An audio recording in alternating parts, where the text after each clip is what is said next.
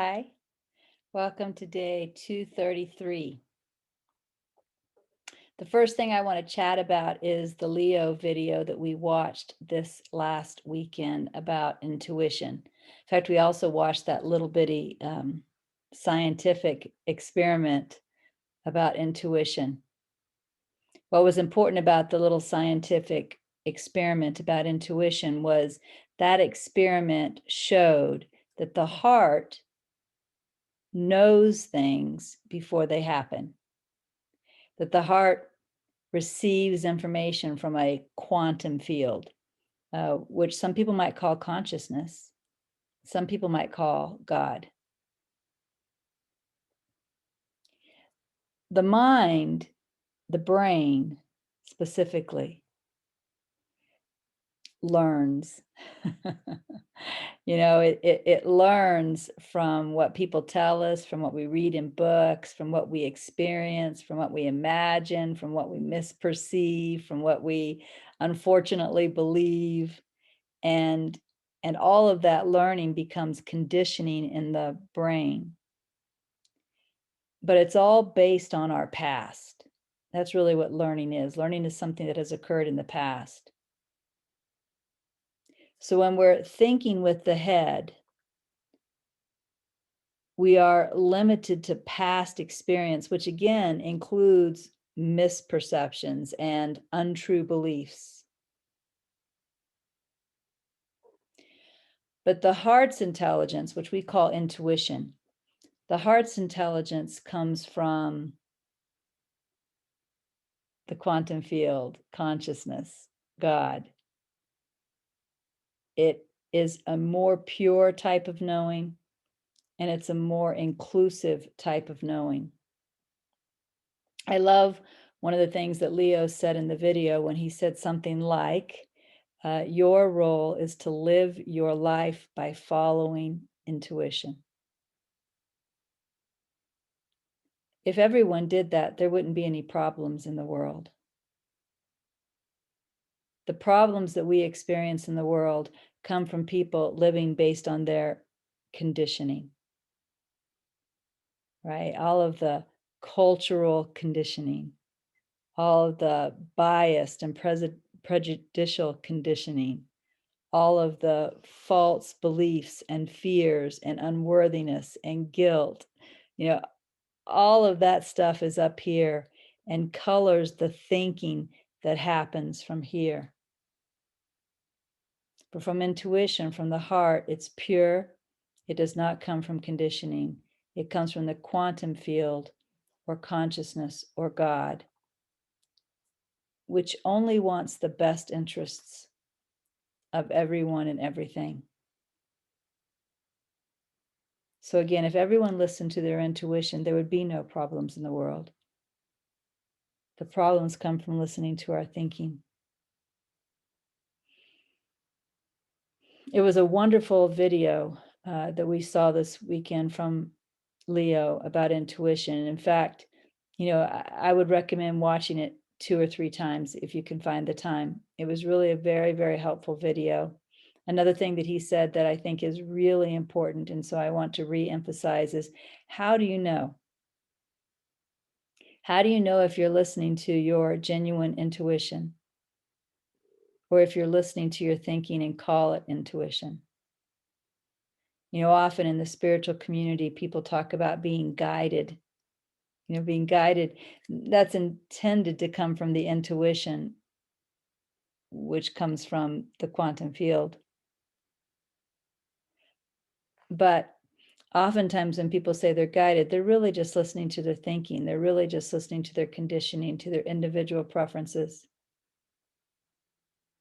So if you want to be genuine in following guidance, genuine in following intuition, how do you know the difference? And Leo's answer was perfect. It fits my experience exactly. He said, go ahead and challenge your intuition. If it's your thinking, it will defend itself. The way I've always worded that is that thinking has a story attached to it and reasons. Intuition doesn't. Intuition is silent. It just gives a prompt. For example, one of the many guidances that I received was to move to Pueblo. I lived in North Carolina at the time, and I was guided to move to Pueblo, Colorado. I remember people were always asking me, why? Why are you moving to Pueblo? I didn't have an answer. There wasn't a reason. I wasn't moving to Pueblo because I wanted to be near the Rocky Mountains.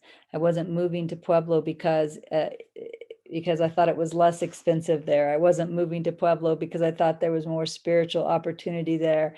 I wasn't moving to Pueblo because I thought it had a good school system. There were no reasons. In fact, I didn't even know where Pueblo was. I had to look it up on the map.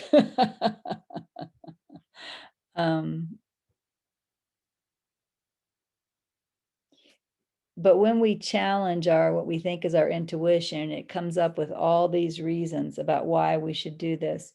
That's when we know it's our thinking. So that's a really good test that Leo shared.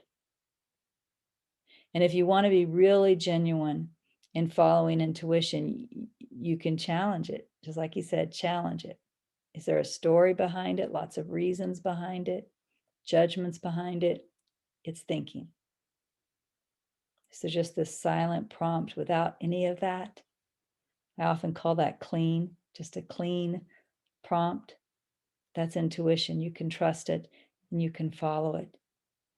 It's coming from the quantum field or consciousness or God. And it has your best interest and the best interest of the whole embedded in it. And of course, as you know, with NTI Acts, we're really spending time looking at ego thinking and letting go of ego thinking, ego being self-centered, self-centric, individualistic. We're letting go of the egoic thinking, conditioning, right? And we're learning to tune into intuition.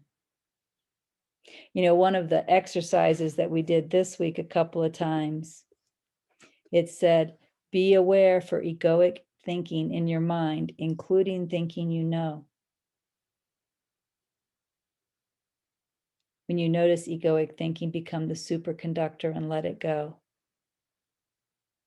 Shift back into honoring your willingness and ask intuition for current moment guidance. But what I want to emphasize about this exercise was be aware for egoic thinking in your mind, including thinking you know. When we think we know something, we think we can make decisions about it. We think we can make judgments about it. Thinking we know keeps us up here in the conditioning, up here in the head, up here in the past learning. It is not intuitive. The best way to follow the intuitive guidance is to realize I don't know. I don't know what's supposed to happen. I don't know what's in my best interest.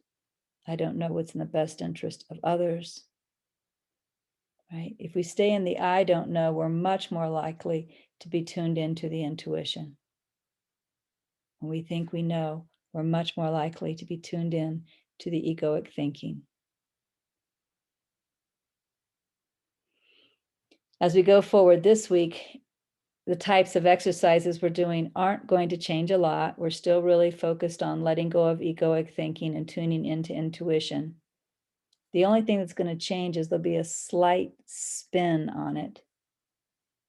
We're going to be finishing NTI Acts chapter 10, which really talks about our inherent freedom. And then we're going to be looking at, what do I want this week? Do I want this egoic thinking, or do I want intuition? What do I want? And if we are perfect freedom, which we are, then what we want is really, really important. Because if I want egoic thinking, my attention is going to keep going to my egoic thinking. I'm going to be even blind to the fact that I'm believing my egoic thinking.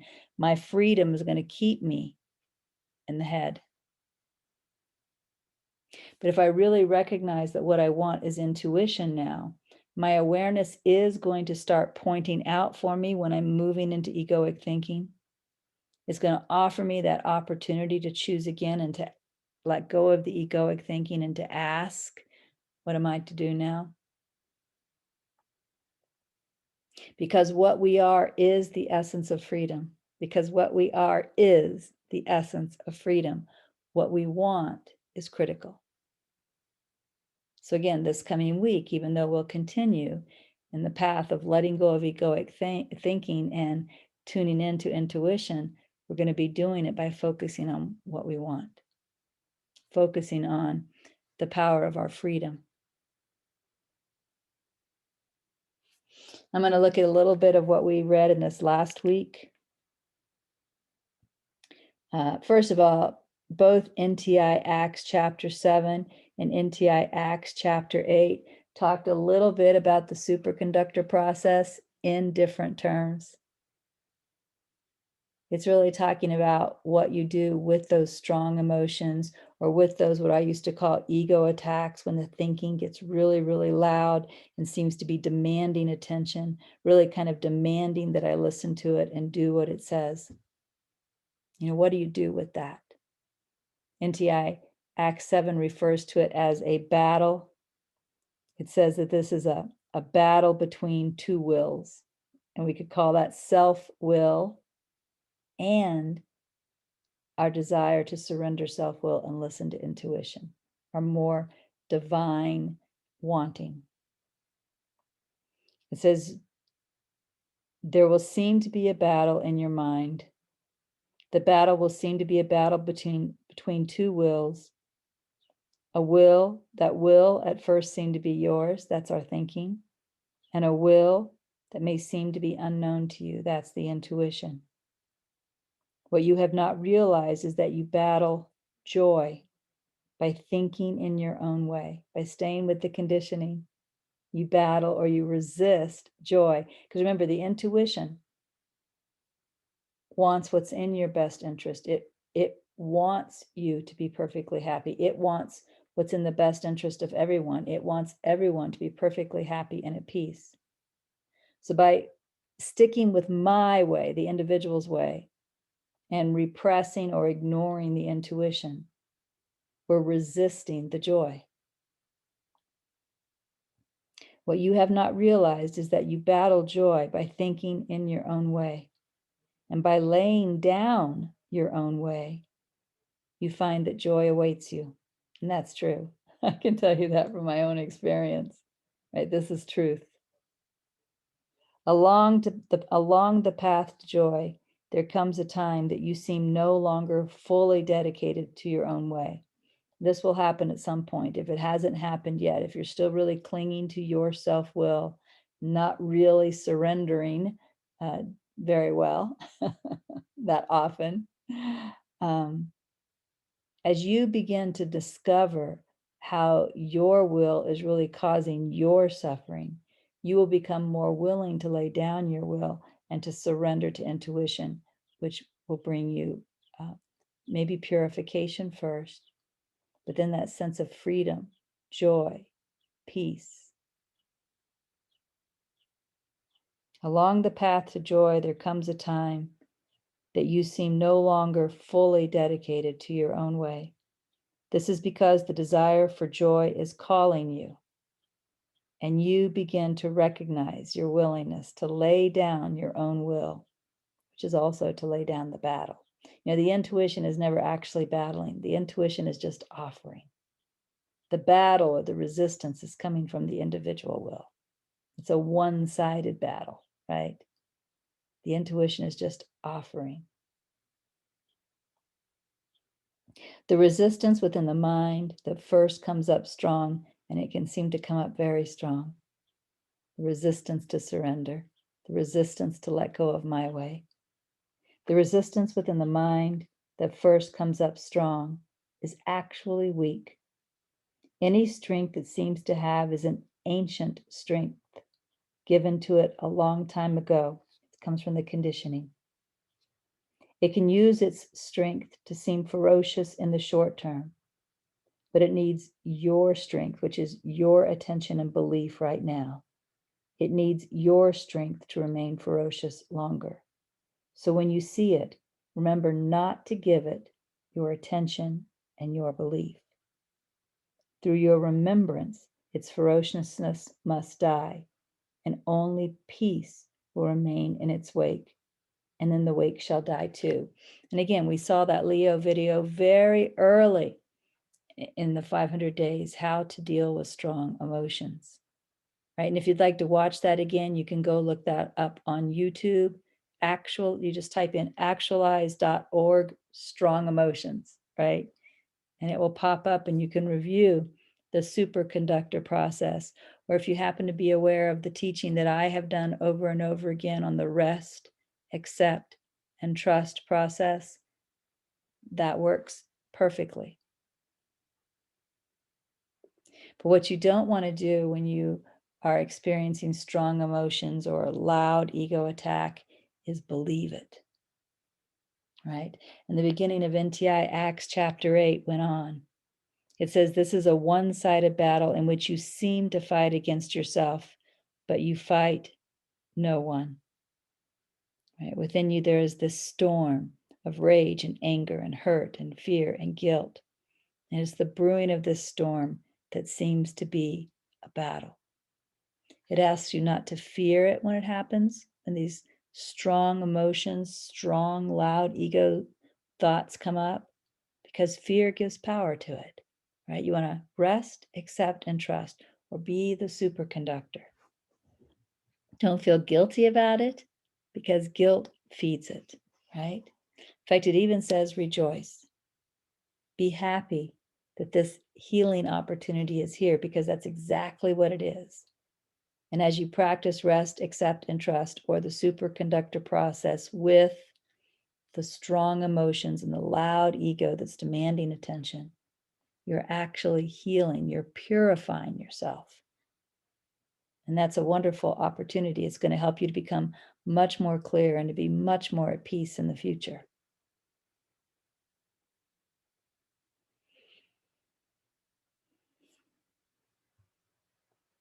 Another thing that we really looked at this week was that the Holy Spirit, which of course is a symbol for the right mind of consciousness. But the Holy Spirit does not look out at the world and see good people and bad people, people following its will and people not following its will. To consciousness, everything that is happening now is moving towards consciousness recognizing itself as consciousness. And that's even true of the things that appear to be way out of whack or way out of alignment with spiritual awakening.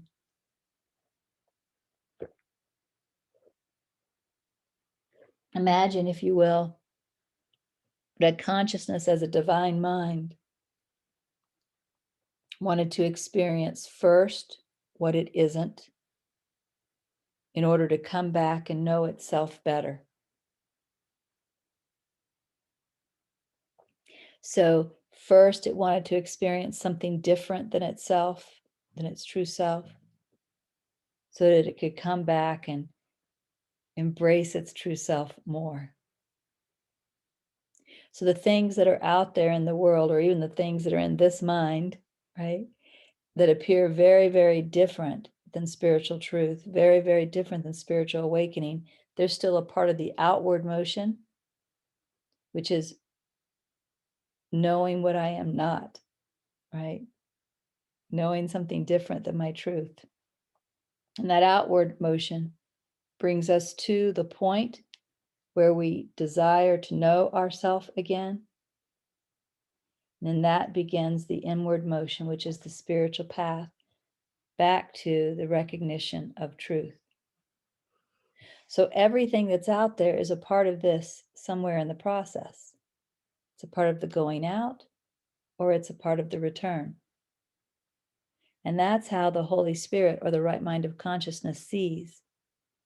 Nothing is out of whack, right? It's all a part of really knowing myself, both knowing what I am not and then rejoining to know what I am. Acts chapter 9 said, the calling must come to every mind in its time. This is the plan of love. This is the spreading of light. So at some point, for what we would call everyone, this part of the motion ends and it comes to this part of the motion. So we can trust that, right? We can trust that this is actually a returning motion, like a boomerang kind of, right? Goes out and then returns. The calling must come to every mind in its time. This is the plan of love. This is the spreading of light. It is the Holy Spirit's will that all shall come to know him, and so it shall be. Each one will recognize his calling when it comes to him. Until then, you are to love your brother, knowing that the calling will come, right? And he will be in purpose with you. So we don't want to make the mistake of judging those that are still in this outward part. We just want to do our role, being a part of the inward, right? The inward return, and love everyone, right? Love is a part of the inward return. You know, it reminds me of what Jesus said when he was crucified. Forgive them, Father, they know not what they do, right? They're just listening to and believing the thoughts that are part of the outward experience. And then we are now learning to let go of those thoughts that are part of the outward experience and return to the inner experience. NTI Acts chapter 9 also said a period of rest is necessary for everyone who comes to answer the call. During this time, that one does not take in things of the world. He may seem to shelter himself or cut himself off from others, but the purpose of this separation is joining. So, in order to shift from this outward focused action to an inward focused action, you know, that you could say the outward is a habit, the outward is a part of our conditioning. So, in order to kind of turn this corner and begin to come back in, we need more time alone. We need more time in contemplation, more time in meditation, more time in journaling, more time in rest, accept, and trust, or superconductor. So, what naturally happens when we begin to make this turn is we begin to, in some ways, let go of the world. You know, maybe we don't go to as many social things as we once did. Maybe we don't spend as much time talking on the phone or playing in social media as we once did. Or maybe we're not as caught up in the news as we once were. Exactly what this looks like is different for everyone, but everyone that's on the spiritual path at some point gets that calling for more alone time. That's the calling to go within instead of to be outward focused. This is a period of learning that all must go through. It is a period of looking at the thoughts that are in the mind and realizing they are thoughts in the mind only. That which is thought in mind apart from God is thought without the power of eternity. Everything in the world is a temporary passing form. And so that which is thought apart from God may freely be let go when you have decided you want that thought no more. Every single egoic thought, every single thought based on conditioning can be completely released. And you can be free to listen only to intuition. Intuition guides perfectly in this world. You don't need any of the conditioning. Oh, some of the conditioning will stay, like how to read, knowing your language. That's actually conditioning too. How to walk, knowing, the conditioning that when your eyes hit a stop sign, your foot steps on the brake automatically. You don't have to think about it. That type of conditioning will stay. But the conditioning that is not helpful, the conditioning that is purely egoic, all of that can be let go of. And intuition is all that we need to lead a wise, happy, healthful life.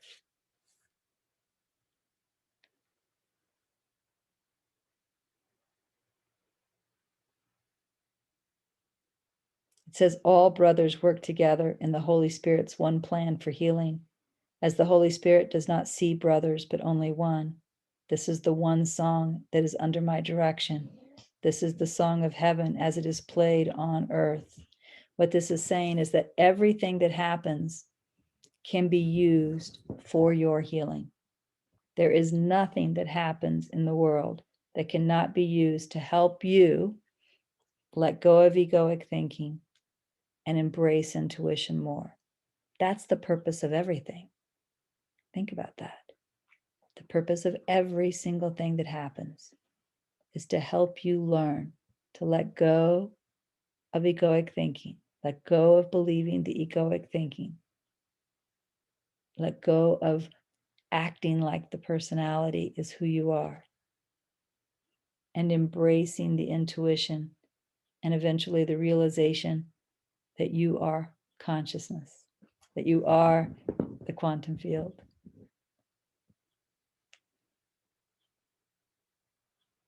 All things work together for God is all that is.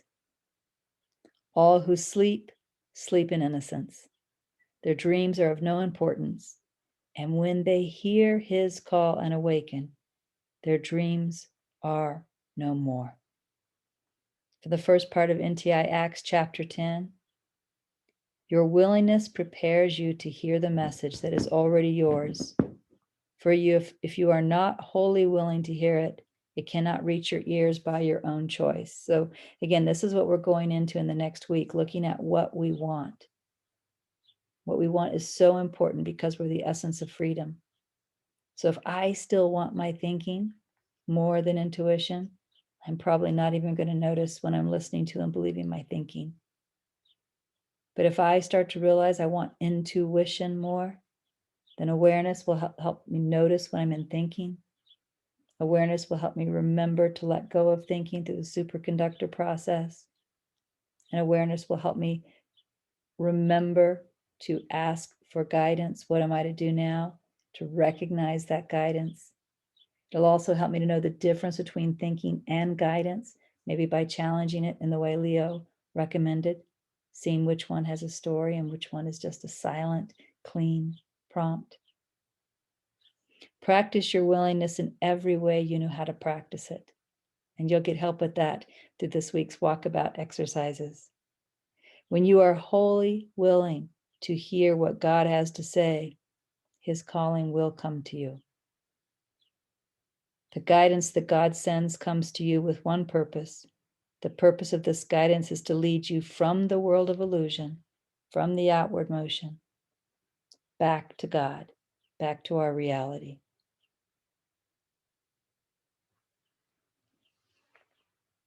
It says, within the world of illusion, you have made yourself into what you believe you are. This self is wholly illusion. It is not what you are, but it is what you believe you are. So you will be led from that. And this really is conditioning, believe it or not.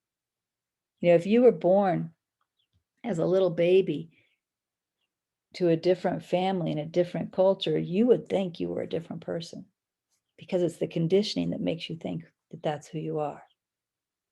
Or if you had been adopted, you know, when you're born, you still have the same physical appearance, but then you're quickly adopted by people from another culture, another religion, another nation. You would think you were a different person because your conditioning would be different.